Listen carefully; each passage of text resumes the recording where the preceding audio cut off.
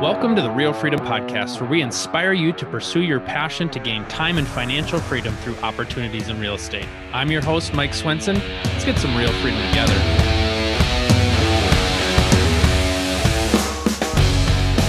Welcome, everybody, to another episode of Real Freedom. I am Mike Swenson, your host, and today we're going to talk about support and leverage and the power of having great people supporting your business, growing your business, specifically virtual assistants.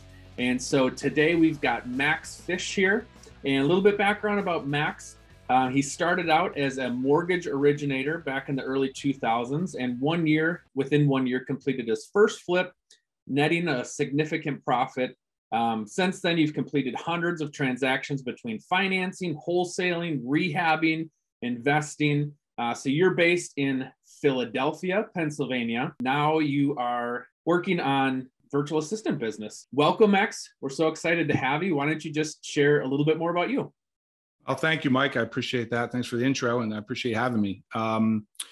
You summarized it pretty well. I've been in the real estate space, quite a while, I guess. It seems like most folks are new, or maybe the last 5 years, kind of getting into the business. Certainly seen a lot. Lived through the 2008, 2009, call it cycle or crash, or however you word it.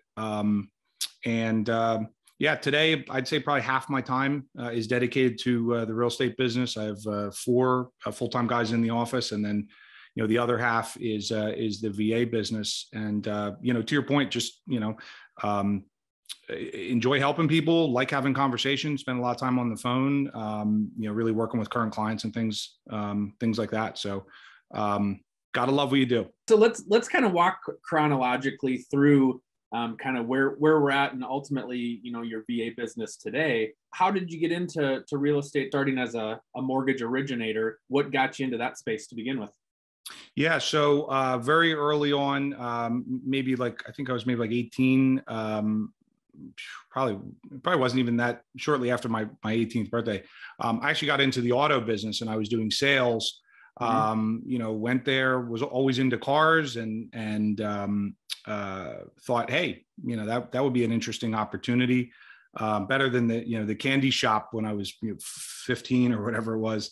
And so I was working there, and a friend of mine started a mortgage company and said, look, you gotta come work with me. And I jokingly said, no way. You can't pay me what I'm making. I'm making, 50,000 a year or something. And, just a cocky little kid, of course, but he finally got me to come over. And, back then the mortgage business was a lot different than it is today. And, we did a lot of very creative stuff, for those who were around at the time, or aware of like the no documentation loans and things like that.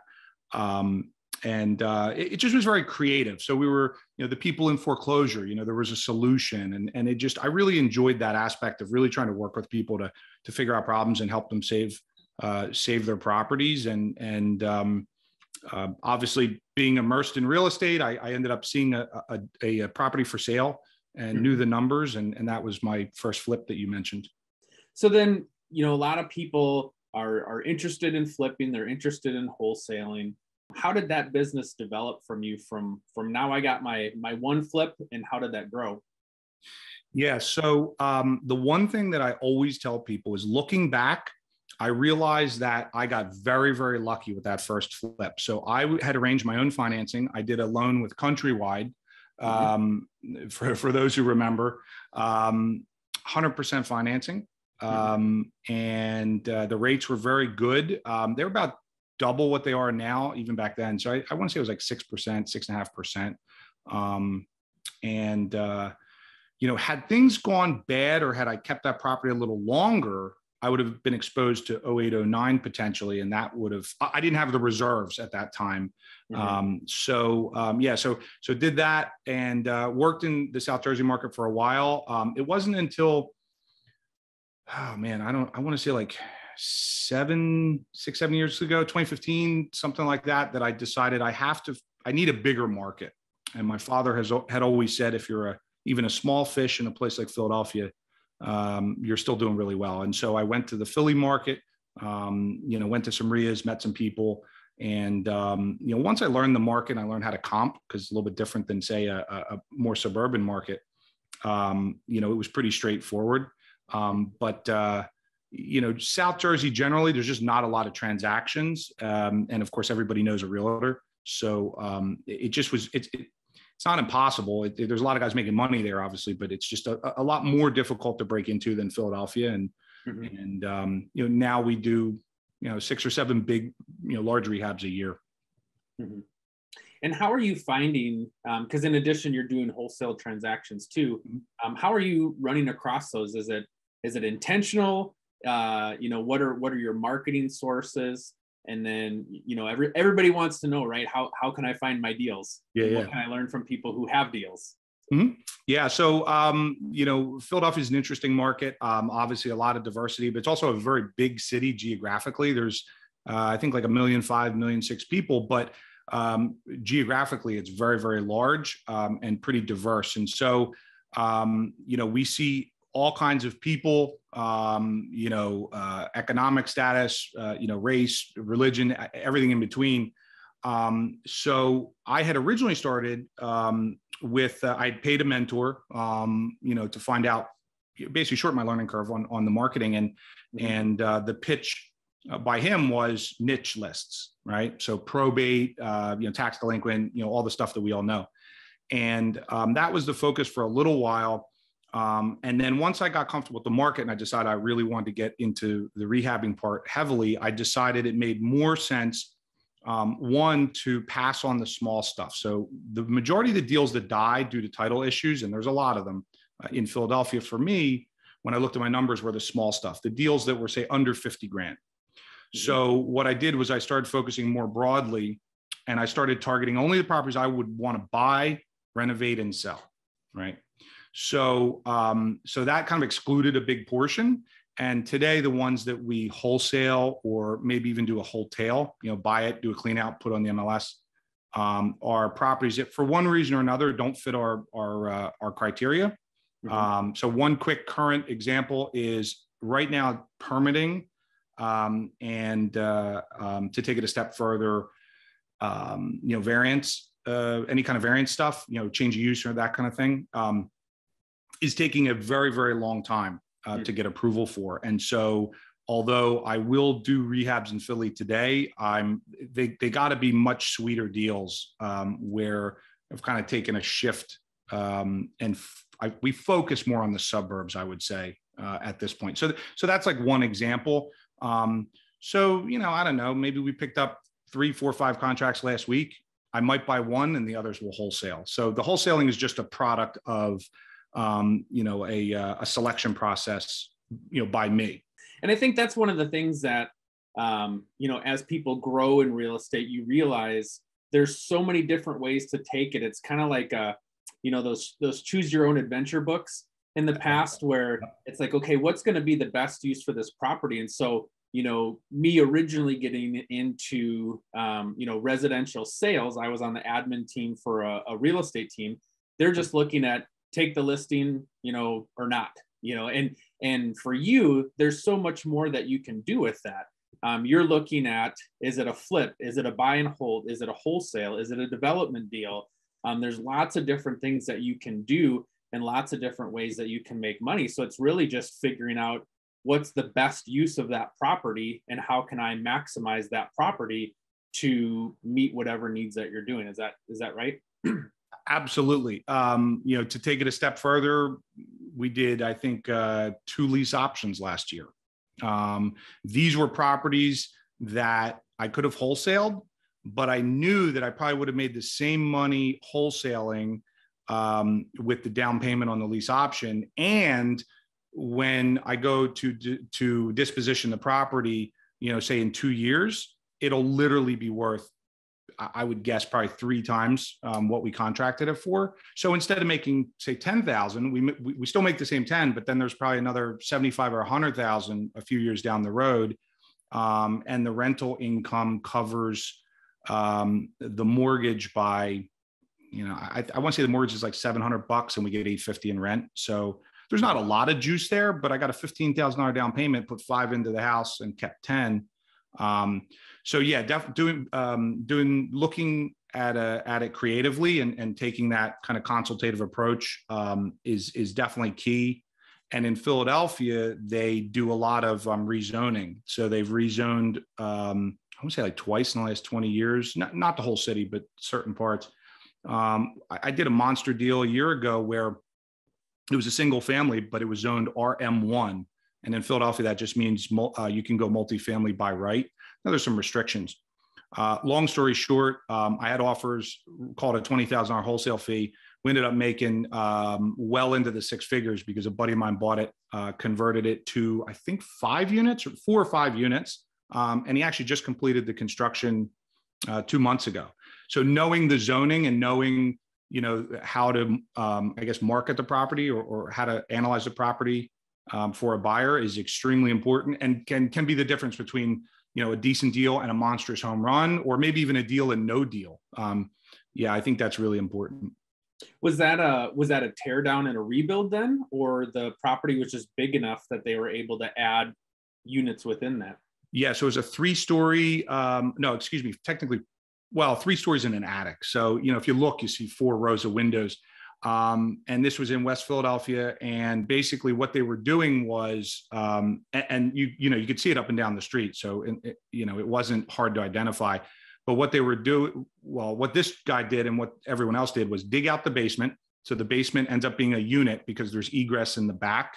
Mm-hmm. And then the other 3 units are in the first floor, second and third floor. And I want to say, I'm pretty sure it was 4 units. I want to say they were about 800 or 900 square feet a piece. These big 3 stories in Philadelphia, these 3-story row homes are, they're large. They're 3,000-ish square feet with the basement, maybe 3,500. So no, not a tear down at all. Just a literally converting the use and then, a much more extensive rehab than just a traditional, single family for retail sale. But no, nothing crazy otherwise. And I think for some folks, they run away from that kind of thing because they think, oh gosh, it just seems like such a large project. But what a lot of people and smart people realize is there's a lot of money to be made there when I can convert 1 unit to 4 units. Now my rents are a lot higher if I ever go to resell because I've added tenants into there. Now the resale value is a lot higher. And so there's a lot of opportunity there. And I heard somebody say in the past that is one of the best ways to make money in real estate is taking advantage of opportunities in zoning. Yeah, absolutely. So there's a lot of that here in Philadelphia. The term is adaptive reuse. And what you see a lot of times is they'll take an old factory and it is obviously an industrial use or was, and they'll convert it into loft apartments. Okay. So it goes from industrial to residential. You'll see, I've seen that with office buildings. You see it at churches. Churches is a big one. Someone will buy a church, convert it into condos. They don't want to knock down the church, especially in Philadelphia. It might be a couple hundred years old. It's really beautiful. But if they don't do something, it's going to get demolished. So those are some examples. I mean, I can run through the numbers real quick on that one, and maybe your listeners will really have a good idea of why they might want to pursue that kind of Sure. transaction. Yeah. Go ahead. So we contracted it for $100,000. And it turned out that the woman had, I want to say call it $10,000 between back taxes and maybe like a credit card that she had gotten a judgment as a result of, and then attached to the property. So let's say we're all in for like 115. And we get to the table and, we show her the settlement sheet. She comes to my office to close. And we show her the settlement sheet. So, 100 less, the 15, of course, we're paying all the closing costs is 85. And the daughter was there who we'd never met. And she says, no, we want 100. So she ended up walking, right? And I got on the phone with her because my acquisitions guy was on another appointment, and we got her to come back the next day actually. But So we end up paying for that. So it was 100 plus the 15 plus closing costs. So call it like, I don't know, like 120, call it like 125 because there's big transfer tax in Philly. So I was into it for 125. We did a clean out that cost $3,500 because it was, floor to ceiling junk. And I called a buddy of mine and we contracted for, I think it was 255 plus closing costs. Mm-hmm. I'd have to double check, but I'm pretty sure that was right. So again, well into the six figures. He spent 250,000. So he's into it for, say, a little over five, called 5.25. Mm-hmm. And he just listed it for sale to see if he could turn it over. And if not, he's going to rent it. He listed it for 860,000, which is not a crazy number. And if he goes to rent it, I want to say he's going to get somewhere between $1,200 and $1,400 per unit. So considerable cash flow. Mm-hmm. So, you can see where as a rehabber, if you're into it for, 5.25 plus your holding costs, and you can sell it for, even if he only sells it for 750, there's still a 25, 30% profit margin. I mean, the profit is significant. Mm-hmm. And for you, you basically took it for 125, 130 after cleaning and contracted it out for 250. Correct. Yeah. Yeah. So we did, 120-ish, something like that. And that's a gross. Of course, I had to, pay my sales guy, my dispositions guy and all, but had we sold it as a single family, maybe we would have sold it for, 150, 160, 175, maybe, because the single families in that area are going for, 3 something, maybe 4, fully renovated retail sales. So there's big demand in Philadelphia for, for those type of properties, because, the big, when a guy builds, 100 or 200 apartment units, those are like the biggest of the big corporate players. Most guys like you and I, especially for management purposes, are interested in, these type of things. And being that it was 4 units, it was qualifies for residential financing too. Yeah, that's awesome. How did you find that one? I don't know for sure. I'd have to look. I'd say probably cold calling. Today, and since probably for the last couple of years, it's been about 90% cold calling. The other 10% is text messaging and direct mail.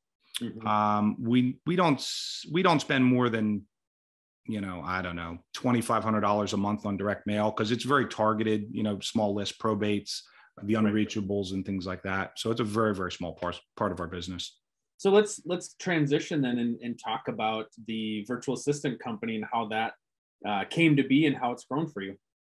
Yeah, absolutely. So interestingly enough, I had, like many people, decided, things like the bookkeeping, the data entry, the pulling the lists, a lot of these things were things that I knew how to do and obviously did well, but that I realized that if I continued to try to do it all myself, it would be really difficult to scale. I was in a big hiring push at the time, so I had interviews all the time, and so I hired a VA. Went okay, and after my hiring push was done, I had 8 full-time people in my office making calls, like a call center setup, mm-hmm. And when you hire, $10, $12 an hour people in West Philadelphia, you get people that are, like the one kid was asleep in the parking lot. I caught a couple of them, a couple of them got in a fist fight. It just, it's like insane. Mm-hmm. So I ended up letting everybody go. And a friend of mine said, try virtual assistants, maybe that'll work for you. And so I already had the one, and I hired another one, put them on the phone. It was a total disaster. And, to summarize, it took about a year to figure things out, create training programs and SOPs and stuff like that. And so, as we started to progress and grow and expand the team from 1 caller to 2 to 3, I had friends of mine that would say to me, how are you doing what you're doing? Because, I would hire this VA, they'd last a month, they'd disappear. Mm-hmm. And so I would tell people, and eventually I had people start saying, look, can you just do it for me? And that grew into what it is today, which is a full service, what I call VA agency. So we do a managed and then like a placement or recruiter type of solution for basically anything you can think of in the real estate business. And, today I have 5 callers in my business, 4 guys in the office. The other 4 are all VAs, doing bookkeeping, doing, disposition stuff, posting ads, all kinds of things. And so it's really been great, great work ethic, better than the young kids in West Philly. And then also the cost savings, because my payroll expense was significant, but also my workers' comp insurance was just aggravation. It wasn't a lot. I think it was like $1,500 a year, but it was just aggravating to have to deal with it all and process the payroll, taxes and all that. So that's kind of how we transitioned from, traditional W-2s to the VA business with some success and scale. Mm-hmm. What, for folks that have considered doing virtual assistants or something in the past, what do you see for barriers, why I'm nervous about hiring a virtual assistant versus having somebody in the office? I think through COVID, we've seen how, workers can work from anywhere. So I think, sometimes people have this hang up of, I want them physically sitting next to me. I'm listening to them make calls, or if I have a question, I can just ask them versus having to pop into a chat. But I think that's disrupted our workflow over the last year or two. But what do you see for some barriers that people are like, hey, I'm just nervous about going down that path? Well, look, I think you hit the nail on the head. You and I have never met face to face. I've been to Minneapolis, a few times. But here we are, 1,500 miles or whatever it is, 2,000 miles apart, with no issue. So, technology has really allowed for remote work, and not just project based, like a Fiverr or something, but actually like what I'm talking about, which is full-time employees. So look, I think that, there's definitely some things to consider, right? So, you certainly, the bookkeeper, for example, all right, I didn't just hand all my financials to somebody and say, knock yourself out. That woman is here in the States. She's actually down in Florida, but she was vetted, and we started slow, and we kind of worked our way into it. And I think the same holds true for any position, even if it's a low level position. You need to take your time. There needs to be some trust. You need to kind of get that work sync. And then also, you have to have checks and balances, whether that's management staff or systems and tools to verify, like a time doctor or something like that. Just make sure people are doing what they're doing, and, frankly, keep them honest. Mm-hmm. So in addition to the success of your business as the result of having these virtual assistants, how have you seen success in other people's, some of your clients' businesses? Yeah, I think the big thing, especially for me, was that I was able to reduce not only my payroll expense dramatically and still pay people very, very well. It's just that we weren't hiring, people in the States now. There's that. Also, I was able to reduce the time commitment on both my part, the bookkeeper's part, and my accountant's part, because we don't have to deal with payroll, taxes, and workers' comp and all that nonsense. And so it allowed me to focus on other, either higher value or revenue generating tasks.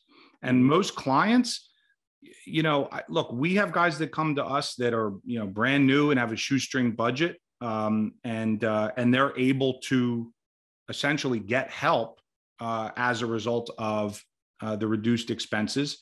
And, look, anybody who hires people in the States nowadays and 1099s them when they should W-2 them is running a real risk. Mm-hmm. And I wouldn't advise that. So, to be able to avoid that is really good. Also, the fact that, work ethic is a real issue. Most people, I'm sure you don't either.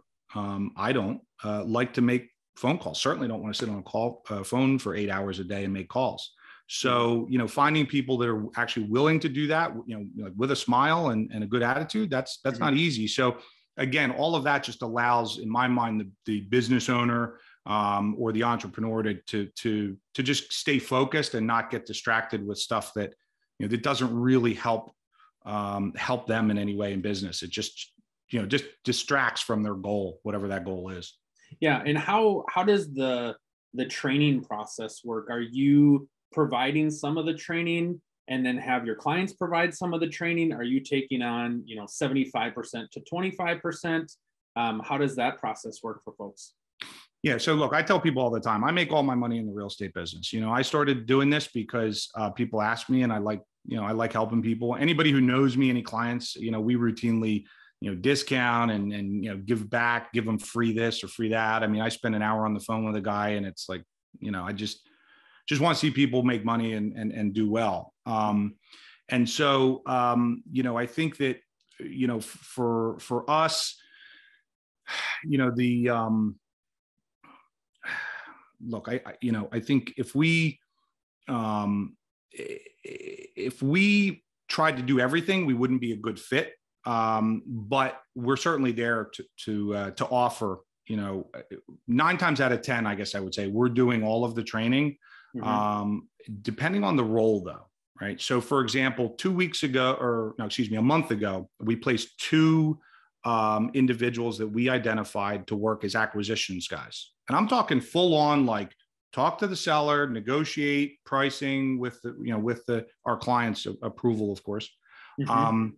And we took the focus of the personality match. Okay. Because we can teach anybody to do acquisitions. You learned it. I learned it. It's not terribly challenging, but can these guys work together? And can this individual be trusted to represent the company, sign contracts, that kind of stuff? I thought that was more important. But in those cases, the way that I do it is probably, or might not be, the same way that you do it or one of these clients does it. If it's something simple like cold calling or administrative work, then we typically will put them through a 2 to 3 week training before they're hired. And so we're able to bring these people to the client ready to go. Yep. So it just depends on the role. But I would say in most cases, we do the majority, if not all, of the training, and not only up front, Mike, but on an ongoing basis. That's part of the deal as well. Yeah. No, that's phenomenal that you're able to offer that service, because I know there's so many people that have struggled with, finding help in general. But then when you do talk about virtual assistants, there's a whole nother set of challenges that can come up. And sometimes it's just mental mind blocks, right? To think that somebody halfway around the world in a different time zone, like, how does that person, how are they able to support me in that way? And so some people just have to get over that kind of mental hurdle. But once you do, there's a lot of value there. Like, I know a lot of great real estate businesses that virtual assistants are the key of their growth, because they're able to do that stuff and do it really well. And so I love it. Absolutely. No, absolutely. I mean, we've gotten to the point where we really take a consultative approach. So I talk to a good number, if not all, of the clients, and they may start out by speaking to one of our sales guys first, but at some point I'll get involved, because as I tell people, look, I've been around, I've seen a lot. I don't profess to know everything, but maybe I can help give you some guidance or some suggestions. Sometimes a campaign might not start out generating the kind of leads we want, as an example. So I might jump in and kind of help out. I mean, we have guys that have been with us for, 4, 5, 6, 7 years. And the reason why is because, you have to vet them properly, and then you have to take care of them. And so, most business owners either have to or want to focus on revenue.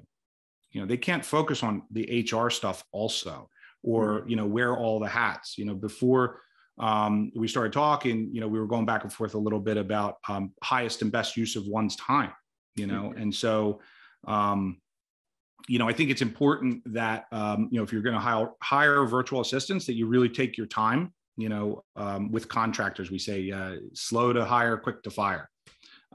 Same kind of idea, because it's really not just a body, it's really a team member. And if you treat people that way, you're probably going to get a higher caliber person, but you'll also get them to stick with you, because turnover is a problem, and sometimes it happens, for legitimate reasons. We just had I got a client's got 3 VAs, and his lead manager who we brought in and trained, she got pregnant, and the doctor, I don't really know why, but the doctor said, I really don't want you working. She's not digging ditches, but whatever, you got to respect that, and so we had to find a replacement. in 2 weeks and get them trained up to do lead management work. And it wasn't easy, but we got him an expat, and the guy's great, and the client's super happy, and everybody's happy. For that role, a lot of people like Filipinos. Filipino didn't work, so we got a guy. We found him in the Dominican Republic. He's an American, and he's crushing it. So we don't just try to say, hey, cheap people, here you go. We really try to match them up. And again, that's regarding the training and the management, all of it. Just make sure that it's a good fit, because we really want people to stick. So where do you see this going in the future? Both your virtual assistant business, but then also your real estate business. What type of growth do you want to see happen? Mm-hmm. So the virtual assistant business, we added last year. We added that kind of recruiter, placement product, if you will, and we did that because there's folks that would rather either bring them in house or they have the infrastructure to train and manage on their own, and they don't need to pay. The way we do it is we basically mark up the hourly rate that we pay them, right? Mm-hmm. So. Maybe we pay them, somewhere between, $6 and $8, and then we bill, say, $10. There's clients who would rather, just handle it themselves. And so we added that, basically pay a one-time fee, and, we're interviewing like 400 to 500 people a month. So we get really, really high quality people, and it's just like using a recruiter for anything else. I think that's, something that the market wanted. And we're looking to enter different verticals potentially. It would probably be a new entity, new business. So it'd be separate from this. And me being a real estate guy, that's why we started there. And, as far as growth, I mean, I don't know that I have any specific numbers or anything. I have, frankly, I probably have too much staff, but I want clients to have the support. So I guess what I would say there is if we could continue to, help people grow their business and produce results, whatever that means, then I'm happy. And, if we can employ more people and all that, that's a good thing. As far as the real estate business, post-COVID, like I said, we're doing 6-7 rehabs a year. We were doing, 6, 8, 10 at a time before COVID. I want to keep doing what I'm doing there. So wholesale, rehabs, everything, we probably do, I don't know, somewhere between 35 and say 50 deals a year. I'd like to maintain that. And I've been looking, because I've never been a buy and hold guy, and a lot of my friends do very well that way. I'd like to create some type of passive income, maybe start looking at small apartment buildings or something like that, but commercial buildings to buy and hold. Yep. And then of course there's the tax advantages. So my goals are pretty loose. Normally I'm pretty aggressive with my goals, but this COVID thing kind of messed us up. So, well, thanks so much for sharing, about your virtual assistant company and your background. For people that want to learn more and, find out more about your offering and that sort of thing, where can they reach out? Yeah, absolutely. Probably the best I'd say is either the website, realestateprojectsolutions.com. Or Facebook or Instagram. You can find me personally or the business there, and message or get our contact info that way. Awesome. Well, thank you so much for coming on and sharing your wisdom. I really appreciate it. Absolutely, Mike. I appreciate you having me. Thank you.